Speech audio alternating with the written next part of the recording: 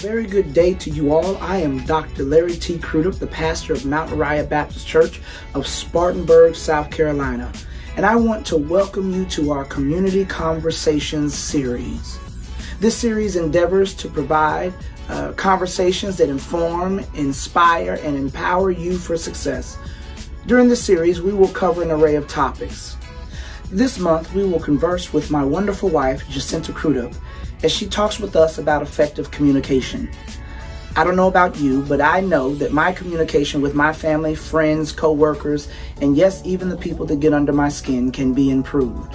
So stop, watch, and listen as we discuss how to more effectively communicate. We hope that these conversations will help you in some way. Don't forget to like this video, share this video, and comment in the comment section below. Also, follow us here on Facebook and on our YouTube page for more soul-feeding content. Enjoy.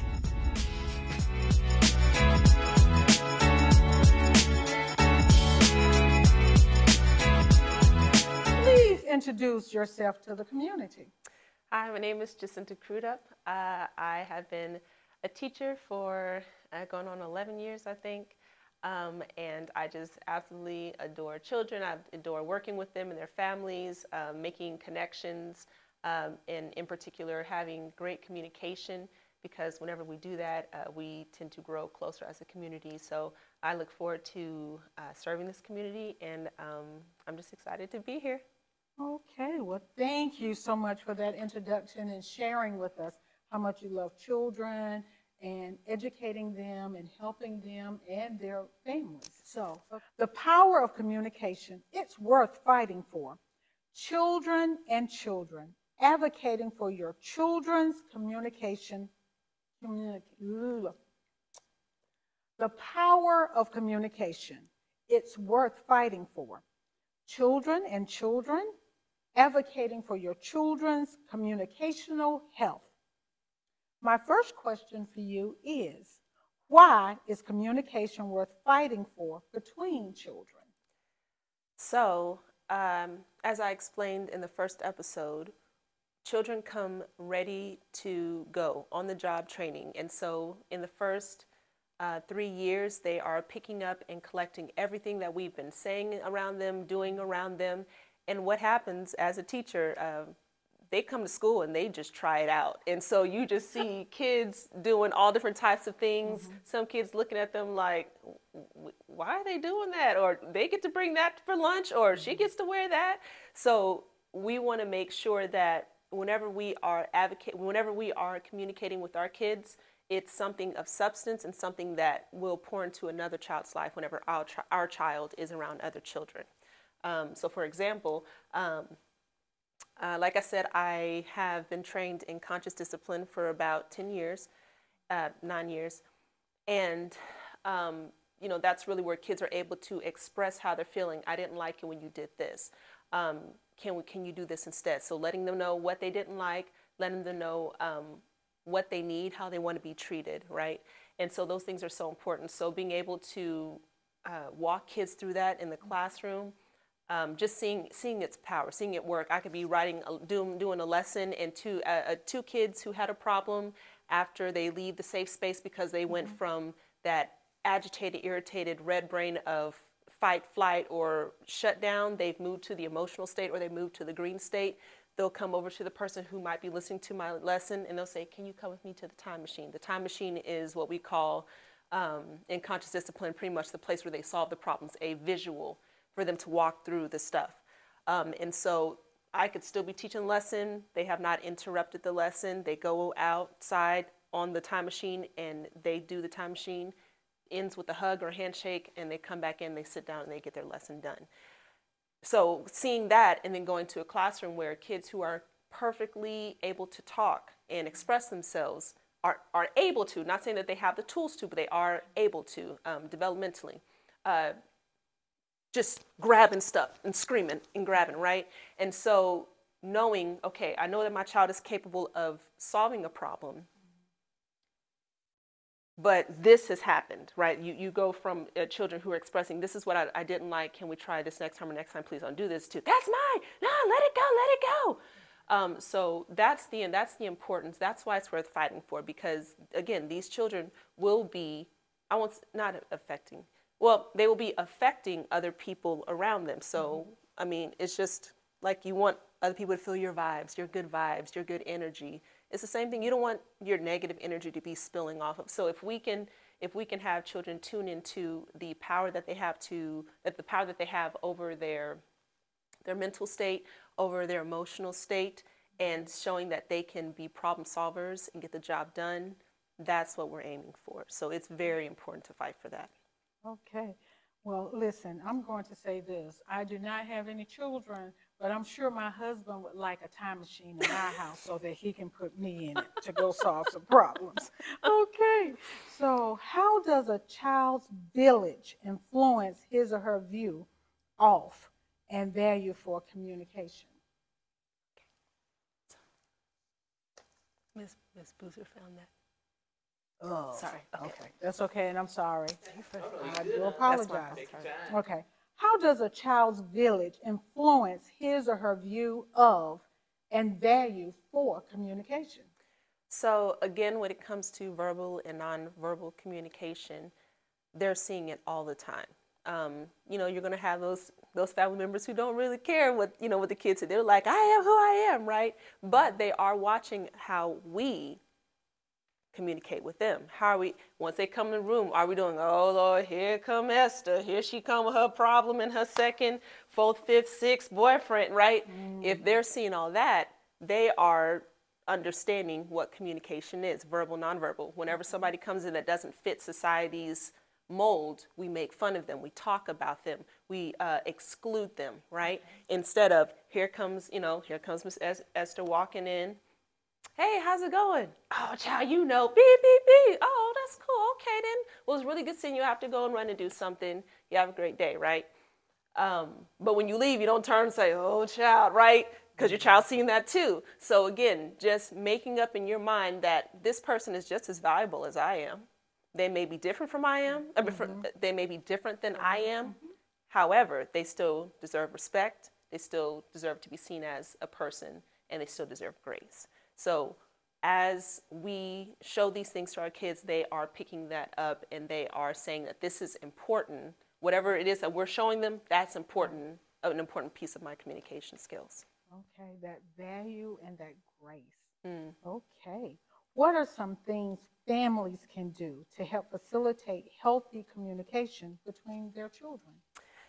So I know that children at home, siblings and cousins, it looks a little different than children in the classroom. Children have those reservations in the classroom because, they don't really know the other child very well, or this is a new person, so I want to put on my best self for this person. We as people, we do that. This is a person that doesn't know me in and out, so I can perceive to be who I want to be, or I can just show this part of me that I want people to see, right? So at school, it's a little bit different. At home, where kids, have shared intimate moments, have very personal interactions, it's a little bit more feral, right? I have a 6-year-old daughter and a 2-year-old daughter. Sometimes I see Zoe, my eldest,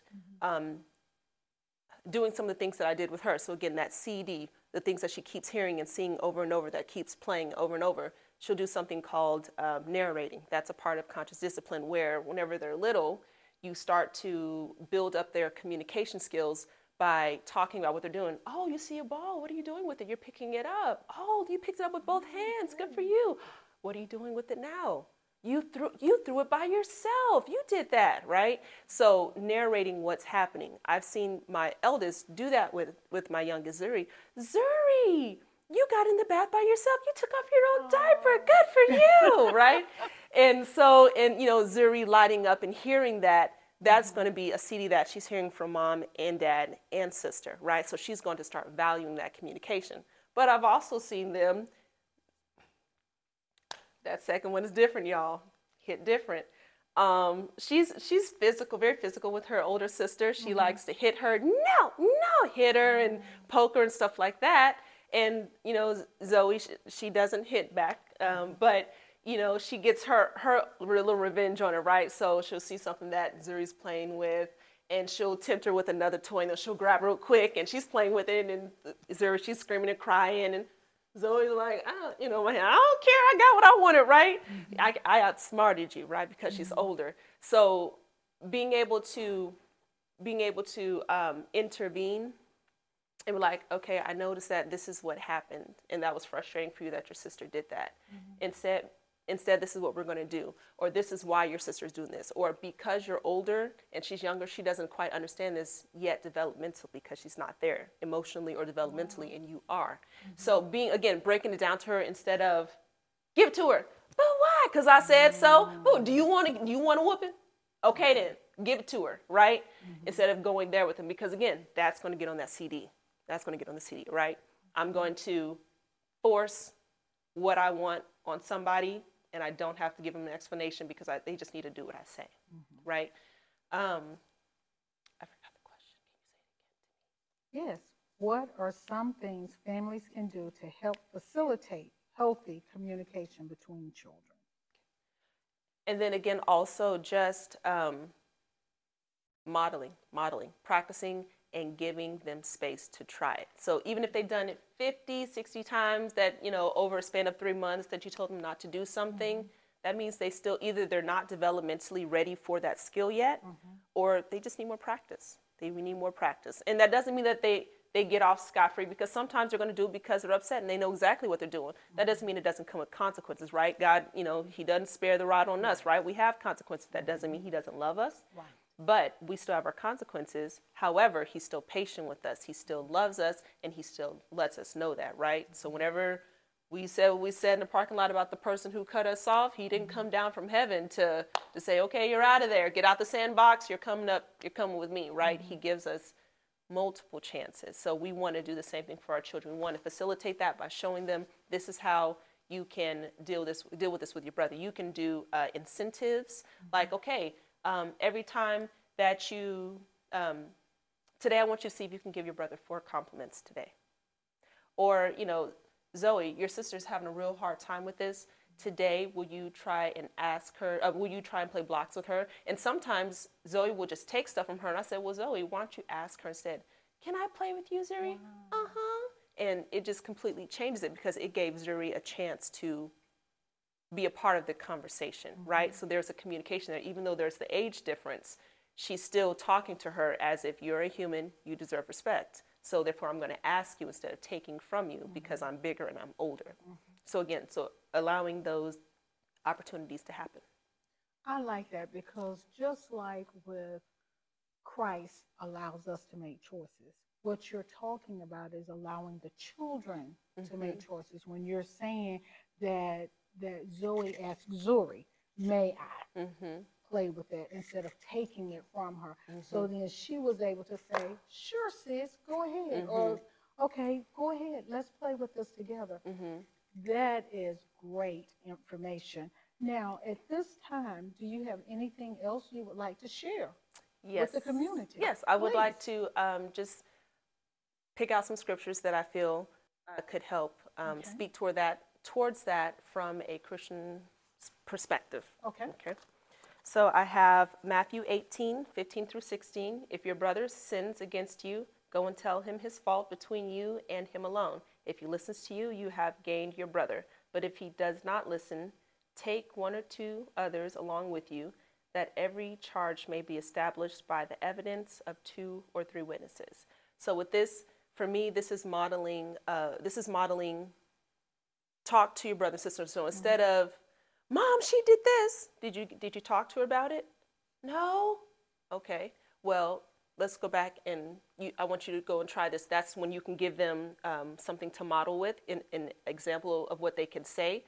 Say this and then see how it goes. So encouraging you can handle this. And sometimes you will need to differentiate with your child between what are kid problems and what are adult problems. I see a lot of parents who are like, oh, you tattling again. There you go, tattling. The kids are going to have a murky idea of what tattling is, because now they feel like they can't speak up, right? Or they feel they have, if you're like, Mom, so-and-so hurt me. They did what? Then they know they have somebody that's going to constantly fight for them. So they don't know when it's appropriate for them to say, you know what? I got this. I can figure this out. So encouraging them to go and talk with their brother, you know, talk with the person that's bothering them. And then if you guys cannot figure it out, if you and your sister cannot figure it out, then come and talk to, you know, to mom and your daddy about it, and we'll see what we can do about it, right? The next one is Matthew 7:12. So whatever you wish that others would do to you, do also to them, for this is the law and the prophets. For this is the law and the prophets. So for that one, it's, you know, it's the golden rule. Do, you know, treat others how you want to be treated. And that's a very simple way to express to kids why the other person's voice and feelings matter. Just like you want to play with that toy, maybe your brother wants to play with it too. How about this? I give you guys a time frame. I got to do that when we have best friends back in Oklahoma City. She has a 3-year-old and I think a 10-year-old, and, you know, 6 and 2. And so they were very close, having fun, playing together. The 3-year-old was having a difficult concept with sharing his toys. And so what I did was, you know, I talked to him and said, oh, you really want to play with that? You don't really want Zoe to play with it? I understand. Well, how about this? How about we take turns? I'm going to give you 1 minute and I'm going to give her 1 minute. And then we were able to move up to 5 minutes. And he was just so excited. Anytime he made it through, you did it. You made it through the minute. Yay! And I was like, oh, do you want to start the timer? So now he's focused on this time thing and a new skill that he's building, right? And so he understands now from that communication that he can take turns when it comes to sharing his toys with other people, right? So yes, that's why I chose that one. And then the last one, Romans 12:20, to the contrary, if your enemy is hungry, feed him. If he is thirsty, give him something to drink, for by doing so, you will heap burning coals on his head. So with this one, we know that the kids are going to run into kids who are already having a difficult time expressing themselves, right? And so they turn to negative ways to express themselves. This scripture for me, it shows kids that the person in front of you, yes, they may be upset, but you can do something to help. I remember in high school or middle school being on a bus, and a kid who was considered a bully, she came to me. She was like, come on, let's fight, let's fight. Now, I've never gotten in a fight in my life, never wanted to, but I was like the fastest person in the school, so I was just like, if you can catch me, you can beat me up. Like, I'm not going to fight you. But, you know, in that particular situation, I said, come on now, our parents wouldn't want us doing this. I said, is this what God would want from us? And she said, man, whatever. She sat down, right? And, you know, I didn't know what was going to happen, but that's just one of those moments that you have. And actually, I saw a video of a man who was robbing a bank, and he comes up to her and he puts I think he has the gun. He's just like, you know, I want the money. Don't be afraid. She's like, I'm not. And so while she was doing it, and I think she said, you don't have to do anything. I just want you to listen. I want to tell you about this Jesus that I have. And she's doing what she's doing, right? Kindness. She could have said, please take whatever you want, right? But to have that type of peace only comes from God. To have that type of calmness is the one that is when you're depending on him to see you through, right? And so in that situation, she depended on him. And in that situation, she was able to use that kindness to heap burning coals, to a point where he just said, I can't remember everything that he said, but it was pretty much, God is going to bless you for what you did. Thank you. He said, I didn't want to do this. So now she just opened up communication, right? And so when it comes to the kids, we have to, again, be able to model things. And I probably will show that video to my daughter, just showing her, again, having models, so she understands that even though people may not look the way we want them to look or act the way we want them to act when they come to us, confront us, we can still be the teaching point. We can still be the model. And not because we're better than them, but because they can have it too, right? So yeah. What I wanted to add is that if you, also what I want to add is that it was a very powerful thing for my schools to bring in conscious discipline and bring in things like Sanford Harmony, which is the social emotional learning piece that I talked about in episode 1. Again, it's more geared towards schools because they know that kids cannot focus on academics whenever they are dealing with social and emotional baggage, right? So I would actually challenge parents to ask superintendents, ask principals, hey, is there a social emotional learning piece happening in the school, in the classroom? Now, I do not say that to make it difficult for the teachers, right? Because our plates are already full.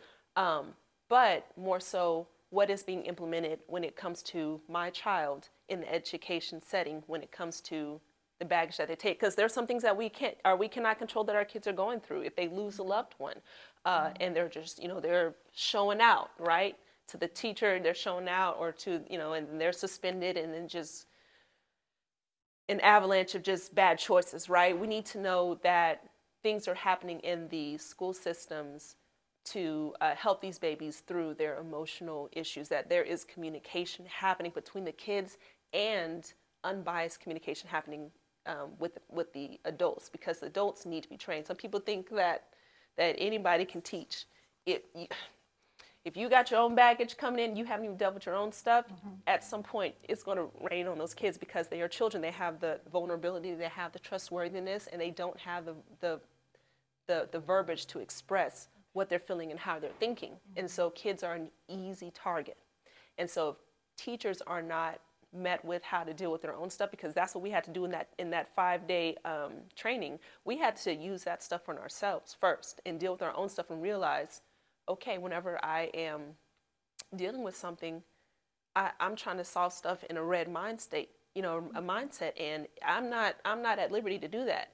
And then we, as people in general, we feel like we need to get revenge whenever somebody has wronged us or something has gone wrong, whether it's the stuff that I named before: pettiness, clapbacks, passive aggressiveness, just trying to get revenge, cursing people out, whatever. We feel like we need to make sure that we right it, right?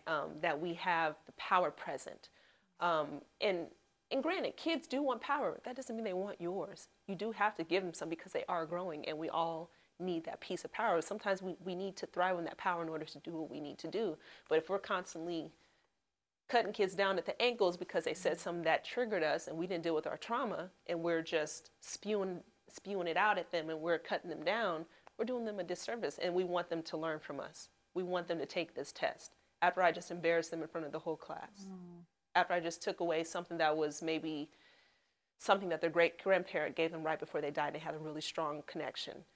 Just the fact that you're taking out the time to communicate is a big deal. So see what's going on in the classroom for social emotional learning that's happening amongst the kids. I know this is about the kids. So, right. Between the kids, are the kids able to communicate what is going on with one another? Or are they getting in fights and then having to go to the office? Y'all just send them to the office and that's it, right? And it just happens over and over again. So, yeah. So, Sister JJ, will you please share some of the resources I think you've mentioned before in the previous session about the calendar and how much information you have posted with scriptures and then with other things. Will you please go ahead and share that? Yes, so on my website, ladyjcreates.com, under the community tab, I have it's either going to be a link or it's going to be the actual calendars,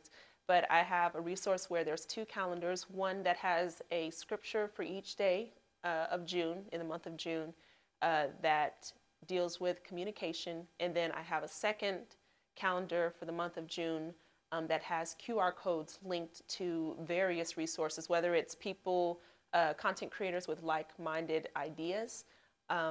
Very, very powerful stuff. So if you're a person who's on social media, then you're probably going to want to follow these people.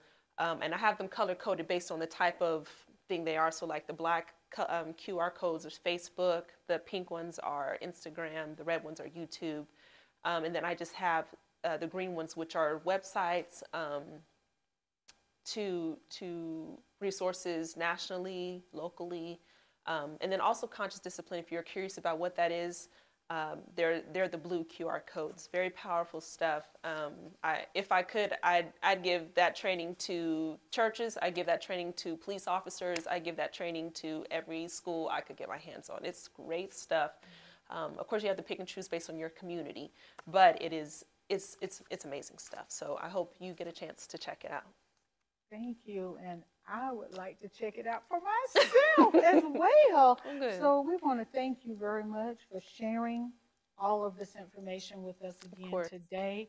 And guess what? You all can go to her website and you can pull up all of this information she has provided for us.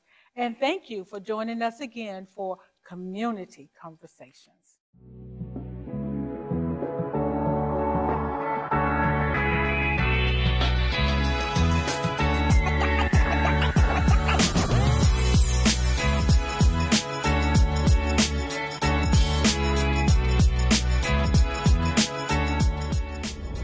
We hope that this community conversation has been informative, inspiring, and empowering.